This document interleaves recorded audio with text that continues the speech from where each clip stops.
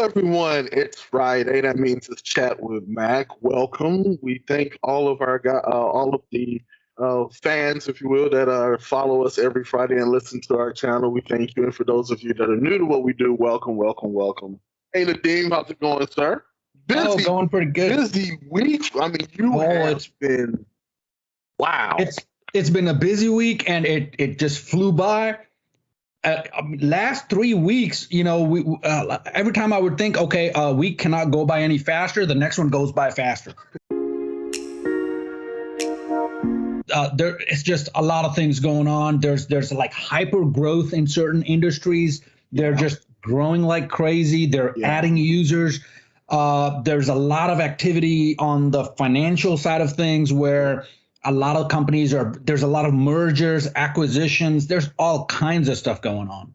Well, funny, that was something I wanted to kind of talk about as of late. And one company that we were dealing with was bought out by a much bigger company that really deals with MSPs and things of that nature.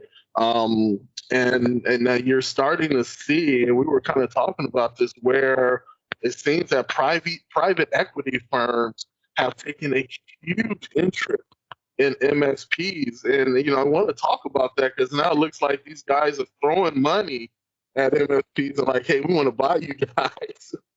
Yeah. So first, before I get into that, if everybody out there, if you see some stutter in voice, it's been raining all day. AT&T's been having problems all around Houston. Yeah. So just bear with us. T-Mobile's been having issues too. That's what my broadband is, and it's been all day off and on. Yeah, the rain. Yeah. I didn't even know if the rain is bad, but it's been just all day. Yeah, it's like it kind of cuts in and out. The audio kind of cuts in and out, but hopefully it'll come out once we get all the editing done. It'll come out okay to where it makes sense what's happening. So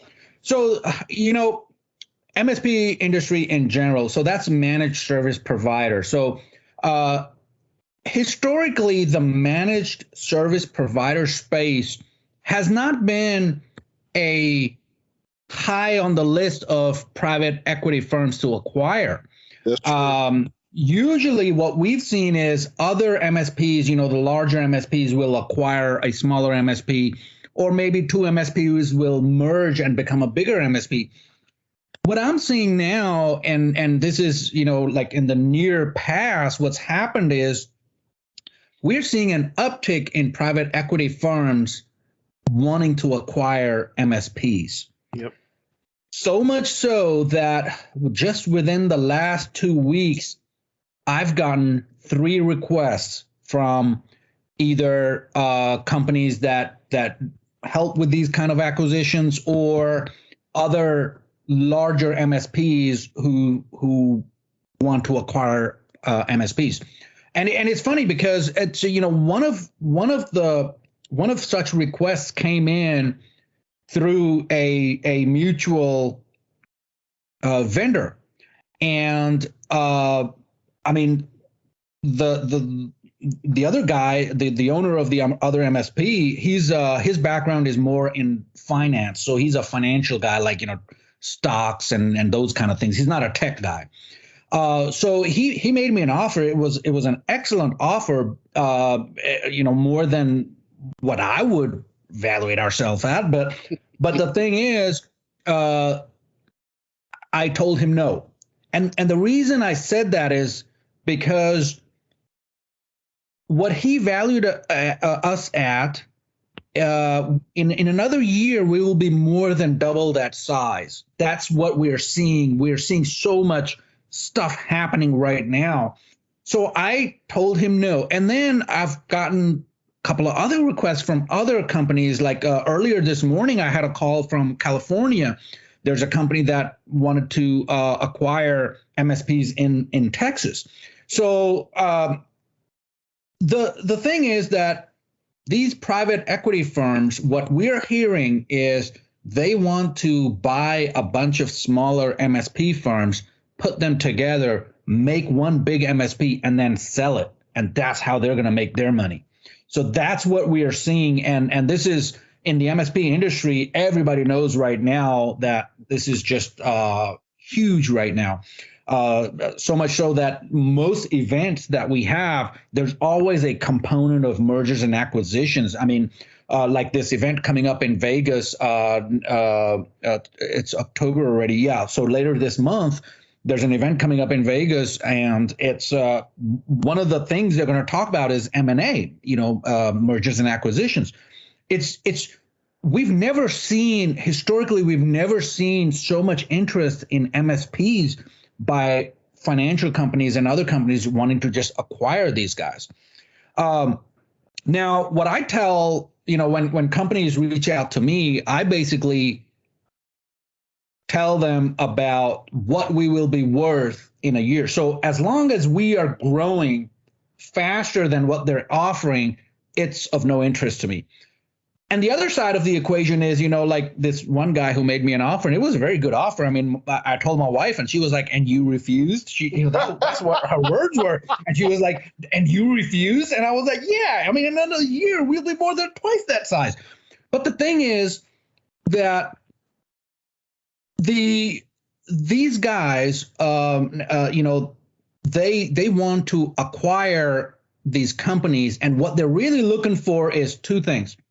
The first thing they're looking for is the customer base, right? So if you have a certain number of MRR contracts, the monthly recurring revenue contracts, that's what they're going to evaluate you on, right? And then the other side they're looking for is management. So they want to acquire the talent. That's what they want to have. So in this case, the guy made me an offer. He was like, "Hey, I'll offer you this much, and it's a good offer. It's and I would ask that you come on board and work as the operator of the new company for." He gave me a certain number of years, so X amount of years.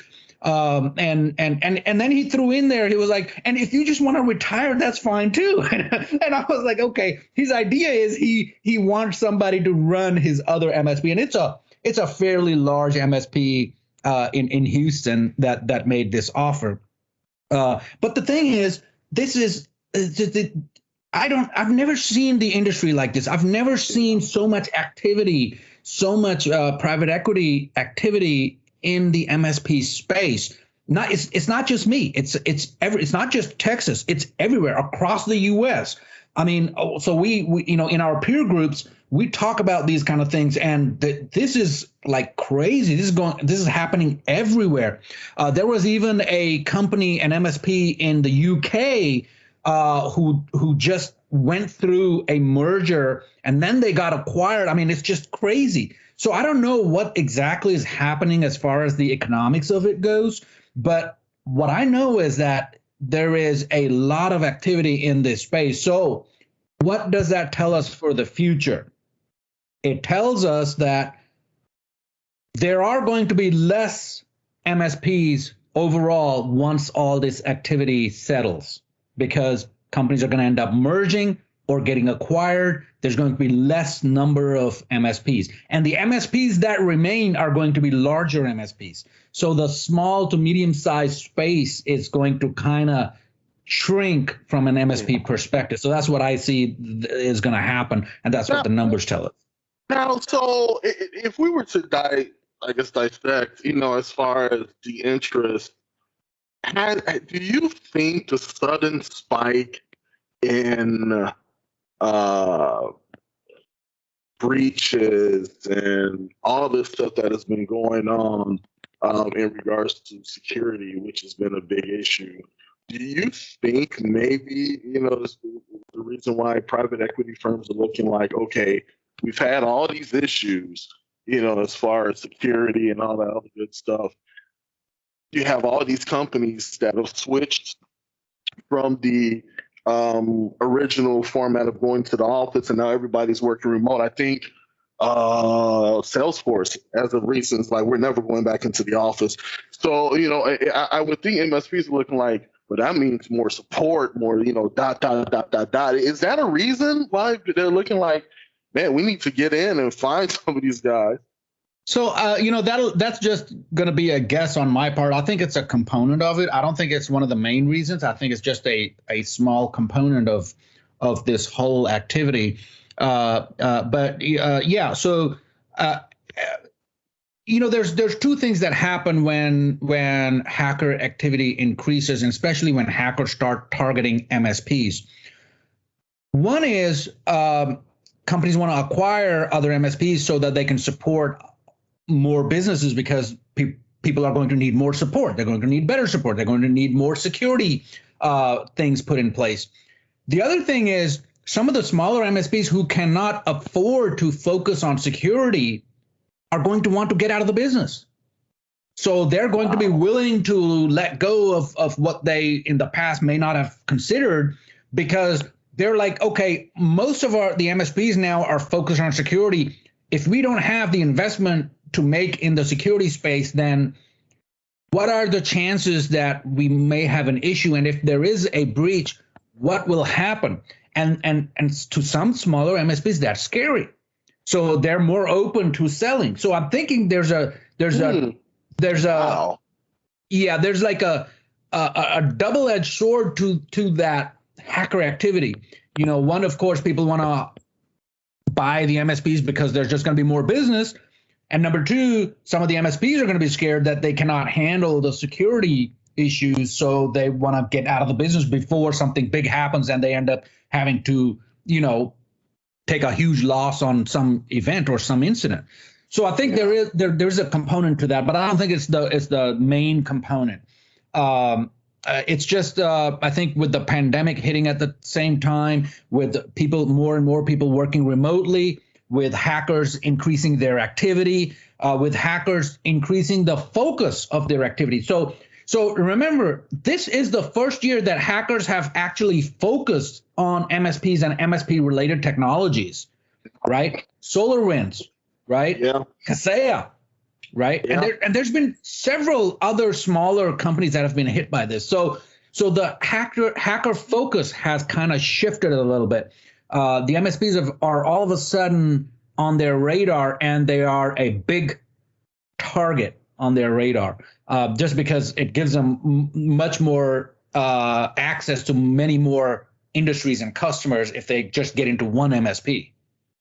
I remember, it's funny, I remember we were working with a potential customer, and they're with a MSP here in Houston, and their biggest issue was in the area of security. And I'll never forget my reaction when he told me, yeah, well, our MSP got hacked. And I said, whoa, say that again? For me, at the time, it was, I mean, anything is possible, but at the time it was real inconceivable. Like, what do you mean your MSP got hacked? I legitimately asked him, like, I don't understand. What do you mean? How can your MSP get hacked? So I mean, and now fast forward. Let me see. I think that meeting was sometime last year. Fast forward to now, and my goodness, like you said, the hacker focus has been. I mean, they're just hitting bullseyes, and who would have thought that someone like a Kaseya, and the whole SolarWinds thing, and you just never would have thought, and it would have been an afterthought. Now it's like I can see now companies are starting to think, and wheels are turning. Like, ooh, that could be us. We're MSP, we're a huge MSP, but that can be us at any point, And that's just the segue I go back to. Like you were saying, it's not the only reason, but I know if I were a private equity firm, I would say, hell, we need to pick up a few of these that maybe are stable. So, yeah. Yeah, and it's it's just weird times that all this is hitting, and then, but like I told my in my meeting earlier today, one of our business advisors, and I was just wanting to get his thoughts around that. And what I gathered from him was that just keep your head down and keep doing what you're doing, because you're doing the right thing. If others are making offers, that means you're doing the right thing. Yes. So keep doing what you're doing. Yes. So And my thing is that the projections that we have in the next 3 to 5 years, and I am a techie. I'm not a business person, right? I'm a techie at heart. Mm-hmm. I've never really focused on the business side of things that much. It's been fine, but it's been fine just because by accident, or we just do good work or something. It wasn't like my focus was not on running the business in a good way. And now, like within the last few years, I've been kind of training myself and honing my business skills to where now we have, we do, quarterly, annual, 3-year and 5-year plans. We have all these plans. We make sure that the goals we set, we hit those goals. We make sure that, the rocks that we set for ourselves, we attain those rocks. So, only recently, only within the last couple of years did I start doing that. So I haven't even picked the fruits of that labor, and we're getting these kind of offers. Yeah. Once the fruits of that labor start to ripen, I think it's gonna be a night and day thing. It's gonna be huge. Yeah. Yeah. And like go ahead. I'm sorry. Yeah. So things like we're doing things that MSPs have historically failed at, and we're doing them well. We're doing them, enough to where a lot of these business advisors and peer companies are going, oh, wow, you've cracked this egg. How did you do that? We want to figure out how you did it, because most MSP, when they try to do this, they fail. So it's like, developing another part of your business. Then if you start developing one part of your business, the other part starts hurting. How did you run both together? So there's a lot of things that happen, and I'm no genius. I just go by facts, right? I just look at the numbers and go by the numbers. I pick my goals and I try to attain my goals. My thing is I'm OCD. So if I set a goal, I'm going to get that goal. It's got to be really. I could be on my deathbed, but I got to get my rock. True. So that's the only thing, and my business advisors see that. So what they'll do is they push me a little harder, because they know I'll do what they're asking of me. So they end up pushing me a little harder, and they tell me this. They're like, "Hey, Nadeem, we normally won't have companies do this at this early stage, but since you've done everything else, I think you're ready, and I think you can do it." And I'm like, yeah, just give it to me. It's like I'm drowning, but give me more. Drowning isn't even a word. Like with all the projects and everything, it's man. But it's fun, it's like we're having fun doing all this. Like, okay, in the past, I've never had a company come out and ask us, hey, can you guys do a routine pen test? I know one of our customers is asking for a pen test report, but I think we should do that even if they don't need that report, because it's just good practice. And I'm like, what happened?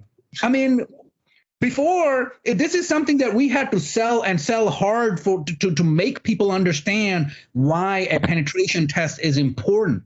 Now customers are coming to us and saying, hey, let's just do this, even if none of our customers require it. Let's just do it because it's a good thing to do.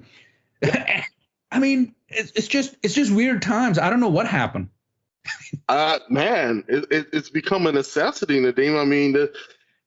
I think people are starting to finally realize that you can't really turn a blind eye or be, laissez-faire with a lot of your more important components and think you can get by with just the mere basics.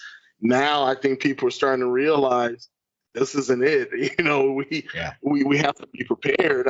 Hell, if you've always said, if a big company like a T-Mobile and someone else just recently got hit, a retail store recently got hit, if any of those places can get hit, what makes you think your little small business with 20 to 30 to 50 people can? If anything, you're easy pickings. And I think now it's starting to click. They're like, we need to get ahead of this. So, a lot of pandemic has been a pain in the rear for a lot of things. There are these little blessings where people are like, yeah, we need to pay attention. Yeah.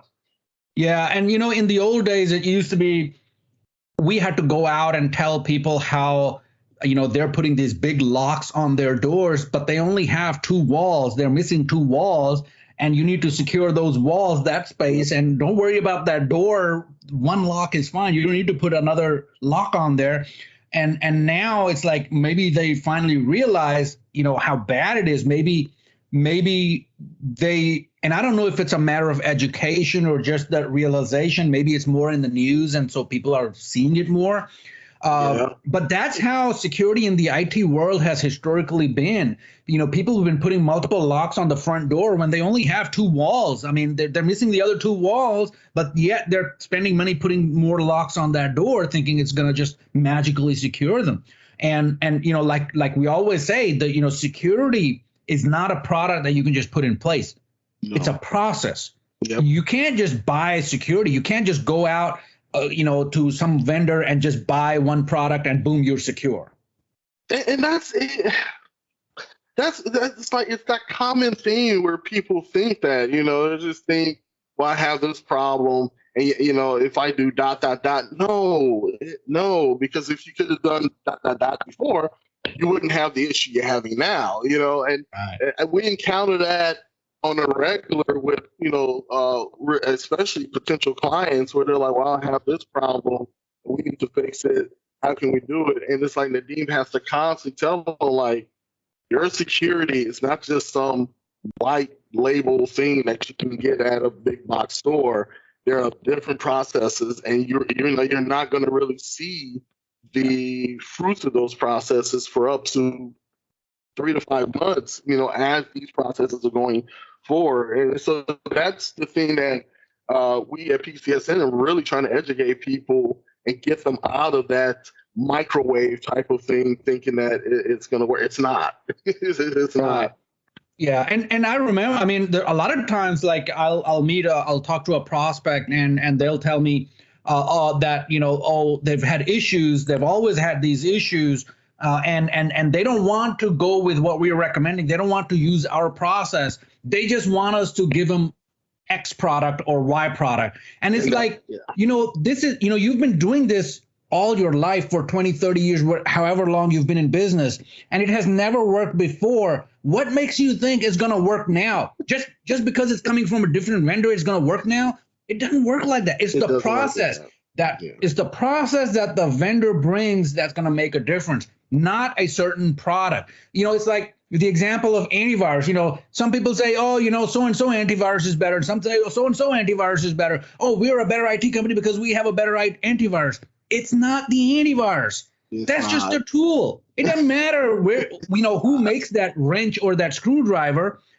It's the person who's using it. They can either use it to tighten a bolt or they can use it to hit you over the head. Yep, that's true.